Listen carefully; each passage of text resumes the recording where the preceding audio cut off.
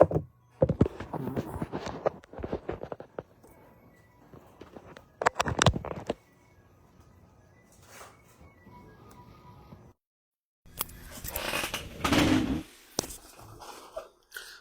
test.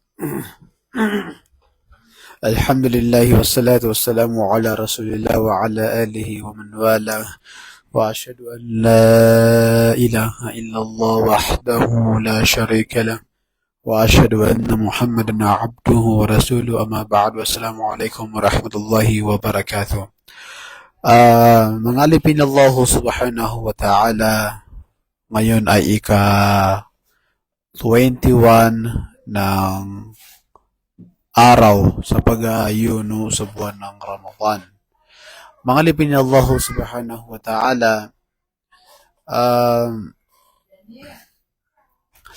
sa social media ngayon ay Masya Allah, maraming nagtatalunan patungkol sa nangyayari sa mga ibang country, tulad ng nangyayari sa pagitan ng mga Hudyo, Iran at mga Amerikano. At kami ay nagpapasalamat doon sa mga Ahlus Sunnah, mga Muslim na matutuwid na kanilang sinusunod ang Quran at ang Hadith sa pagbabawal at pag-i-encourage, pagsasabi ng katotohanan, at kami po ay nagpapasalamat sa inyo. Ngayon naman po ay sana po ay sa mga kapatid naming mga Muslim, tama na po yung pagbabangayan at dito naman po tayo mag-focus sa pag-aayuno sa buwan ng Ramadan. Tama na po yung pagbabangayan, tama na po yung pagtatalunan, tama na po yung pagmamarites patungkol sa bagay na yan. Sapagkat hindi natin namalayan na paalis na ang buwan ng Ramadan. Pinakamabilis na dumaan sa akin na buwan ng Ramadan ay itong buwan na ito, 2026.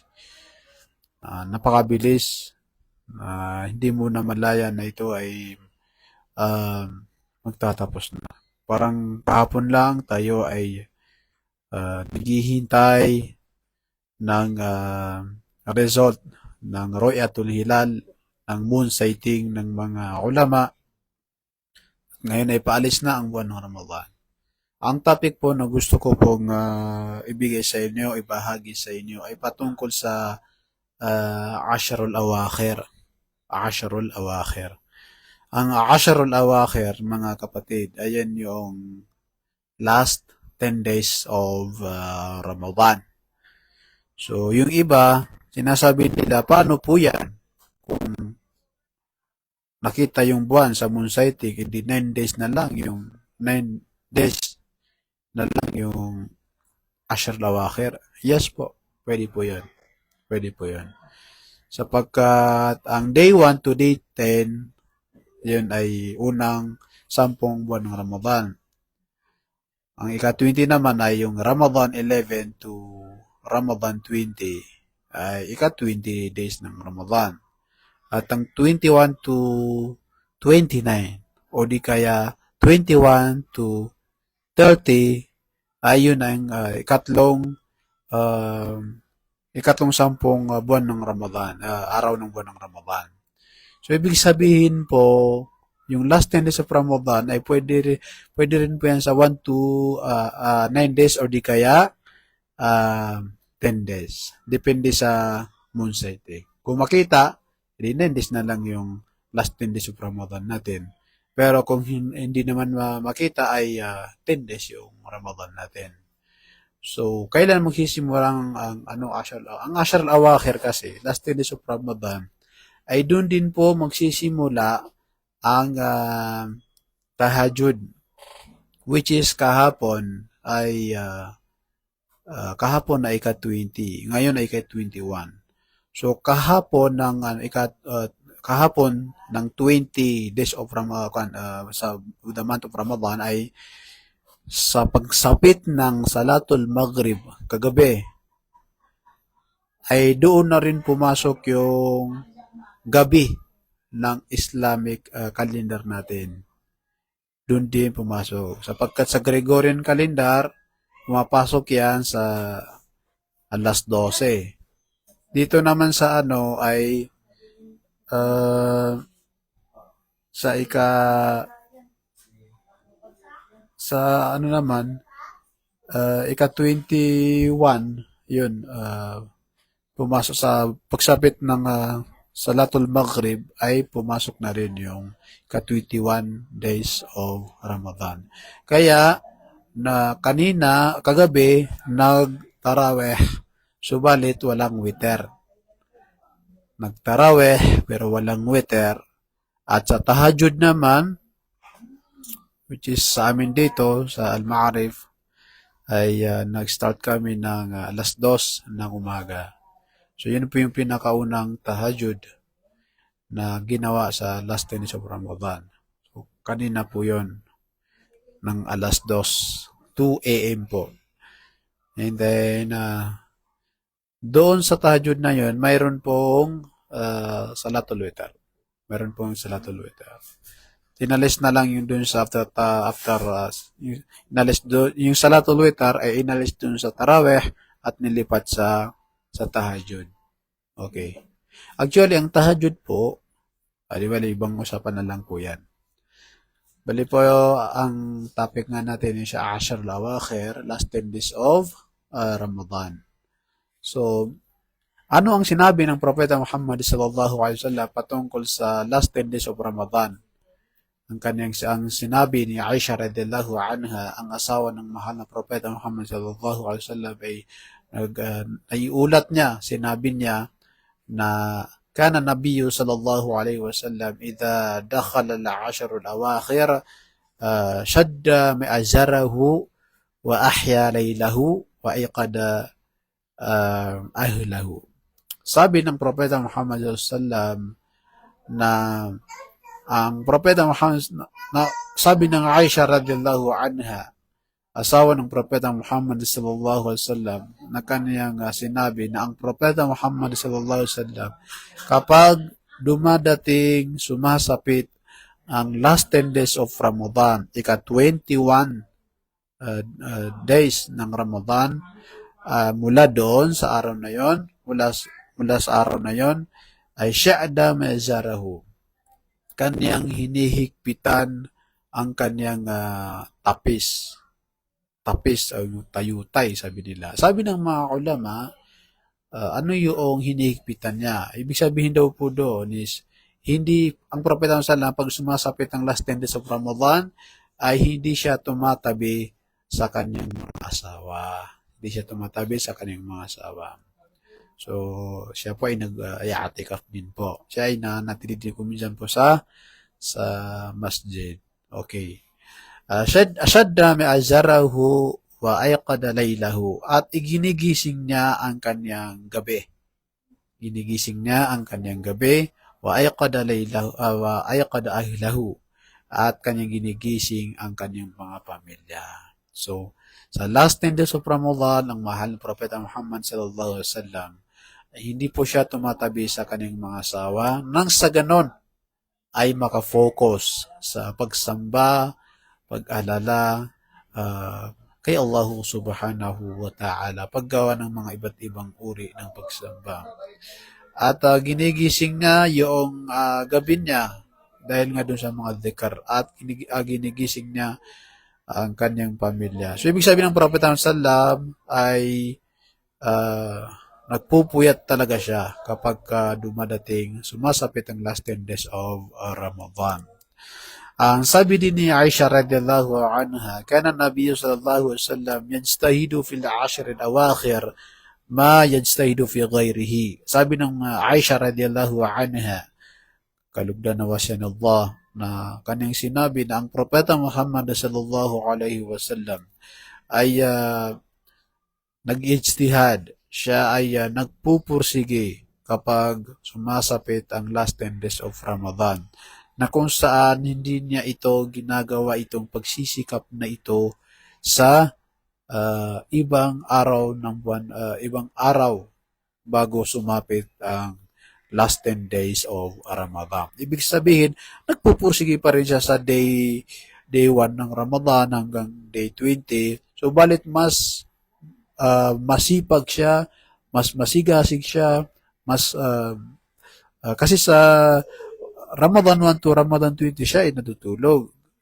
Ang Ramadan 21 to last sa huli nito ay ah, halos hindi na siya natutulog. Halos hindi na siya natutulog. So talagang dhikr, pagbabasa ng Quran, pagsasala, pagdudua, panalangin kay Allahu subhanahu wa ta'ala. Mga kapatid, napansin ninyo, mga tagapakinig, napansin nyo na kung saan last 10 days of Ramadan, ang Laylatul Qadr ay doon nilagay sa last 10 days of Ramadan.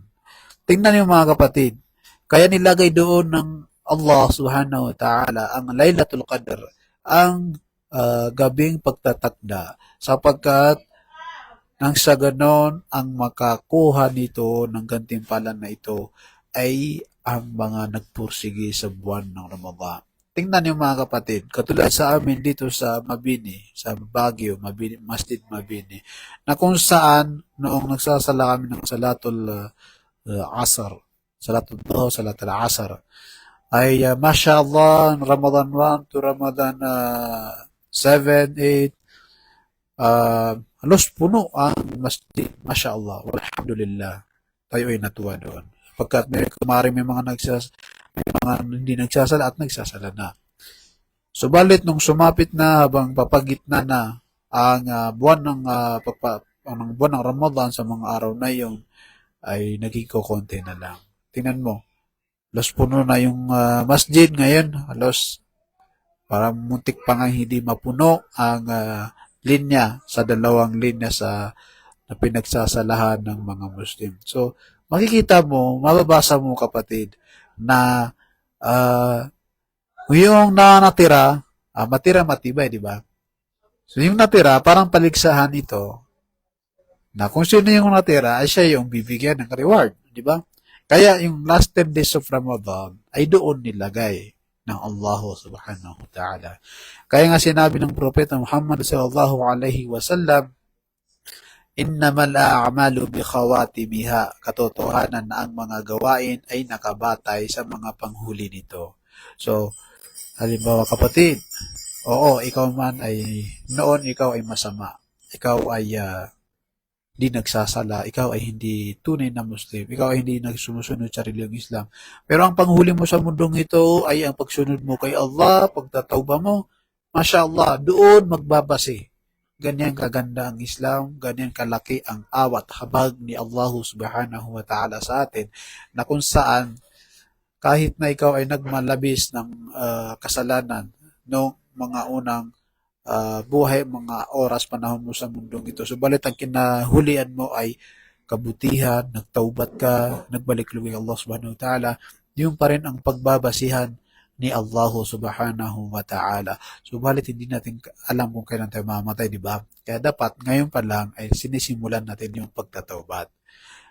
Ngayon, ang sabi din ni Allah subhanahu wa ta'ala sa banal na Quran, Ya ayyuhalladhina amanu taqullaha haqqa tuqatih wa la tamutunna illa wa antum muslimun. Ang sabi ni Allah subhanahu wa ta'ala, sino o you who believe, o kayong mga mananampalataya, katakutan niyo si Allah subhanahu wa ta'ala haqqa tuqati, ng tunay na pagkatakot. Wala tamutunna illa wa antum muslimun. At huwag kayong papayag na kayo ay bawian ng buhay maliban na kayo ay mga tunay na Muslim. So itong aya na ito at ang hadith na nabanggit kanina ay nagpapatunay na kung saan ang tayo kapag tayo gagawa ng kabutihan ay mula ngayon hanggat sa panghuling buhay natin sa mundong ito. So papaano ka makakasigurado kung ang panghuli mo ay doon sa oras na yon? Hindi tayo nakakasigurado. Hindi rin natin masasabi na mamamatay na lang tayo pagka tayo ay matanda na, di ba? Kasi marami nang namatay ngayon, noon pa, na siya pa ay bata-bata pa, ay namatay na. Siya ay namayapan na. Kaya para makasigurado ka kapatid, ang pagtatawba mo, ang oras ng pagbabalik loob mo kay Allah ay ngayon. Huwag mo hantayin yung pagtanda mo, ganito, ganyan. Hindi mo alam kung baka next year ikaw nang susunod di ba? Marami tayong mga kaibigan, kakilala na maging sa buwan ng Ramadan, siya ay inabutan ng kamatayan at hindi na ina-expect yun. Kasi hindi naman siya matanda. Diba? Mayroon yung mga kapatid na din dyan na nangyari sa kanila yan. Kaya ngayon palang kapatid, alisin mo na yung mga bisyo, alisin mo na yung mga haram, talagang totally mag-Muslim ka, totally maging mu'min ka, totally na maging mananampalataya ka kay Allah subhanahu wa ta'ala. Nang sa ganun ay ikaw ay makasigurado sa ating relihiyong Islam. Mga kapatid sa pananampalatayang Islam, sa last 10 days of Ramadan ay napakarami po ang pwedeng gawin ng isang tao. Kabilang po sa mga magandang gawin natin ngayon ay tulad ng pagsasagawa ng mga inuobliga sa atin ni Allah subhanahu wa ta'ala katulad ng pagdarasal 5 beses sa isang araw, pagbibigay ng zaka, etc. and so on. Yung pagsasala halimbawa ng 5 beses sa isang araw ay isagawa natin ito sa tamang oras, huwag tayo nagpapahuli. Kapag nag-adhan, mag-prepare ka, maghanda ka, magwudu, ablution, and then pumunta ka ng masjid. Huwag mo hantayin na mag-iqama. Pumunta ka na para nang sa ganon ay nandun ka sa loob at nakakapag-sunna ka. Pwede ka magsagawa ng mga iba't ibang sunna doon. So yun, yung mga obligadong sala ay isagawa mo ito sa tamang oras. Huwag mong ipagpaliban. At gawin mo, isa rin ang magandang gawin ay magsunna ka ng sunanu rawatib, ang mga sunna bago at pagkatapos ng obligadong pagdarasal. Katulad ng before Fajr, magsusunna ka ng 2, before Dhuhr, magsusunna ka ng 4, after Dhuhr, 2, after Maghrib, 2, after Isha, 2. Yan, mga sunanu rawatib. Kompletuhin mo yun, kahit saan ka maparoon. Ganon din ang pagbibigay ng sadaqah. Napakarami po. Pagbabasa ng Quran. Sa pagbabasa po ng Quran, sa mga kababaihan, ay na may regla. Unfair na? Hindi po unfair. Sapagkat, ang babae na may regla ay pwede po siyang magbasa ng Quran gamit ang cellphone. Pero yung Quran talaga, na physical na Quran, hindi po niya pwedeng hawakan niya. Pero sa digital po, sa cellphone po ay pwede siyang magbasa doon. Mashallah. Kaya huwag po kayong mag-alala yung mga kapatid na mga kababaihan na sila ay nasa buwan ng dalaw. At kabilang din po sa mga gandang gawin ay ang pagpapakain, pagpapa-iftar, sapagkat sino man ang nagpa-iftar, ang kanyang ajr, ang kanyang biyaya ay kung ano ang yung pina-iftar niya halimbawa, laging nagbabasa ng Quran, nagsusunna. So, pina-iftar mo siya, yung mga reward, mga biyaya, na matatanggap niya ay matatanggap mo rin. Masya Allah. Kung nagpa-iftar ka ng 10 tao na lahat nagbabasa ng Quran, 20 na katao na nagbabasa lahat ng Quran. Kaya maganda rin po, magpakain tayo. Sapagkat sabi ng Propeta Muhammad SAW, man fattara sa iman, kutiba lahu ajru mithluhu o kama qala Rasul sallallahu alaihi wasallam, kutiba lahu mithlu ajrihi. Sino man sabi ng Propeta Muhammad sallallahu alaihi wasallam na siya ay nagpakain ng nag-aayuno, hindi nagpakain sa umaga, nagpa-iftar, kutiba lahu mithlu ajrihi. Susulat sa kanya ni Allah kung ano yung reward doon. Pero kung hindi, hindi mababawasan yung ajar o biyaya ng pina-iftar mo. Hindi po. Parang naging copy-paste po yun. Na kung saan, kung pinakain mo halimbawa yung isang hafid, laging nagbabasa ng Quran, masya Allah. o kung ano mo, magkakaroon ka din ng biyaya na katulad ng biyaya niya. Kaya ganyan po kaganda ang pagpapakain din sa mga nag-iftar. Ngayon, napakabilis ang buwan ng Ramadan, kung saan hindi natin namalayan talaga na ngayon ay lilisan na naman ang buwan ng Ramadan. Pursigihin po natin, grab the opportunity to do the good, to worship Allah subhanahu wa ta'ala, uh, reading Quran, uh, pagsasalanam, kung ano yung mga nabanggit natin mga kapatid sa pananampalatayang Islam. At kabilang din mo sa mga gandang gawin ay yung pagpapatawaran sa mga kapatid nating mga kamusliman, sapagkat isa po yan sa pinakamainam na ating gagawin bago magtapos sa buwan ng Ramadan. Kaya po mga kapatid sa pananampalatayang Islam, inuulit ko po, focus po tayo sa pag-aayuno, focus po tayo sa paghusay natin ng mga kaibada dahil magtatapos na nga ang buwan ng Ramadan. Nagpapaalam na, hindi natin alam kung aabot pa tayo sa buwan ng Ramadan. Gaya nga ng sinabi ko, na isipin mo na huling Ramadan mo na ito. Isipin mo, huling Ramadan mo na ito. Kaya maawa ka sa iyong sarili. Maawa ka sa iyong sarili sapagkat ang araw ng paghuhukom ay katotohanan. Ang impierno at ang paraiso ay katotohanan. Kung ikaw ay mapapabilang sa mga nagpupursige, nagsasabar, nagtitimpi, ikaw ay tao sa paraiso insyaAllah. At kapatid sa pananampalatayang Islam, kung ikaw ay makasama sa mga suwail, ay katotohanan, ikaw ay mapapabilang sa impierno. Mga kapatid, gusto ko din palang banggitin sa inyo patungkol sa Laylatul Qadr. Ihabol natin Laylatul Qadr. Ang Laylatul Qadr, mga kapatid sa pananampalatayang Islam, ay khairun min alfi shahr, ay mas mainam ang Laylat, ang isang gabi na yon kapag natamaan mo. Mas mainam yon kaysa 1,000 months. So, kung bibilangin mo yung 1,000 months, ay mahigit 83 years. 83 years. So, araw-araw ba, gabi-gabi ba may Laylatul Qadr? Hindi po. Sa last 10 days of Ramadan ay nandoon. Nandoon.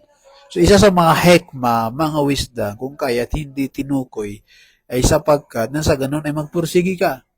From Ramadan 21 hanggang panghuli, pursigin mo, magtaraweh, magtahajud. Huwag mong palipasin. Sabihin nyo sa imam nyo, kailangan full dua. Magdua talaga. Magdua. Kung kailangan basahin sa magdua. Pag hindi alam yung dua, basahin na lang para sigurado. Sapagkat marami kayo. So, every tahajud, magdua kayo ng magdua. Kapatawaran kay Allah subhanahu wa ta'ala, paghihingi ng rizq, kabutihan sa atin sa mundong ito, etc. and so on. Kaya dapat kapatid sa pananampalatayang Islam, okay, balikan natin ngayon ang Laylatul Qadr. Ang Laylatul Qadr, sinabi ni Allah subhanahu wa ta'ala, inna anzalnahu fi Laylatul Qadr. Totohanan na aming ibinaba ang Quran sa Laylatul Qadr. Inna anzalnahu fi Laylatul Qadr. Binaba namin ang Quran sa Laylatul Qadr. Wama adraka ma Laylatul Qadr. Laylatul Qadr khairun min alfi shahr. Na kung saan ang Laylatul Qadr, ang gabi na yon, kapag ito ay nabutan, may mas mainam sa 1,000 months. Tanazzalul malaika, ang mga anghel ay bumababa, warrah, at ang Jibril ay bumababa sa mundong ito. Tanazzalul malaikatu warruhu bi'idni rabbihim min kulli amr, sa kapahintulutan ni Allah subhanahu wa ta'ala, na ito ay ipinag-utos sa kanila ni Allah na sila ay bumaba sa mundong ito. Kaya sa mga oras na yon, sa Laylatul Qadr, sa Layla na yon, sa gabing pagtatakbo na yon, ay mapayapa.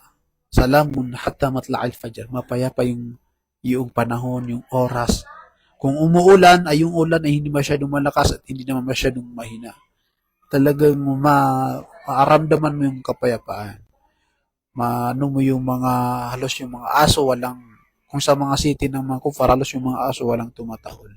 Sapagkat nga bumababa ang mga malaika, bumababa ang mga anghel. Masya Allah. Kaya mga kapatid, sa pananampalatayang Islam, pursigihin po natin yan. Siguraduhin po natin yan.